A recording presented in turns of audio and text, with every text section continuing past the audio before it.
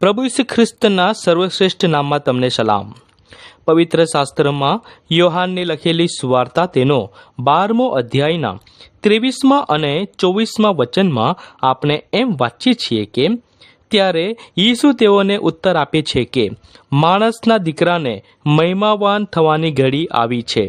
હું તમને ખચિત કહું છું કે જો ઘઉંનો દાણો ભોંયમાં પડીને મરી નહીં જાય તો તે એકલો રહે છે, પણ જો તે મરી જાય તો તે ઘણા ફળ આપે છે। પ્રભુ ઈસુ ખ્રિસ્ત પોતાના વધસ્તંભના યાત્રાના વિષયમાં આ વચનમાં ઘઉંના દાણાનો ઉદાહરણ દ્વારા પોતાનો બયાન આપે છે। એક ઘઉંનો દાણો ભોંય પર પડી જાય છે ત્યારે તે ભીના ભોંય પર પડીને એક નવા છોડને ઉત્પન્ન કરે છે। જ્યારે આપણે તે છોડને ખેંચીને જોઈએ છીએ ત્યારે તેમાં તે દાણાનો અંશ મરેલો દેખાય છે।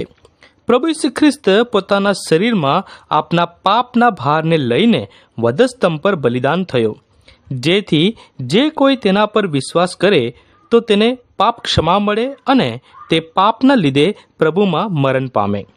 પ્રભુ ત્રીજા દિવસે મરણમાંથી સજીવન થયો અને જે કોઈ તેના પર વિશ્વાસ રાખે છે તો તે પ્રભુ ઈસુ ખ્રિસ્ત દ્વારા ન્યાય ઠરે છે। મતલબ કે સજીવન થયેલા પ્રભુ ઈસુ ખ્રિસ્ત પરના વિશ્વાસના દ્વારા ઘણાઓનો તારણ થાય છે, જે તેના ફળ છે। પ્રભુ ઈસુ ખ્રિસ્ત પર અને તેના મરણ અને પુનરુત્થાન પર વિશ્વાસના દ્વારા તમે પણ તારણ પામી શકો।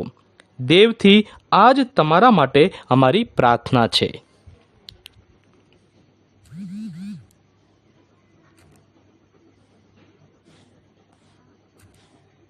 करुणा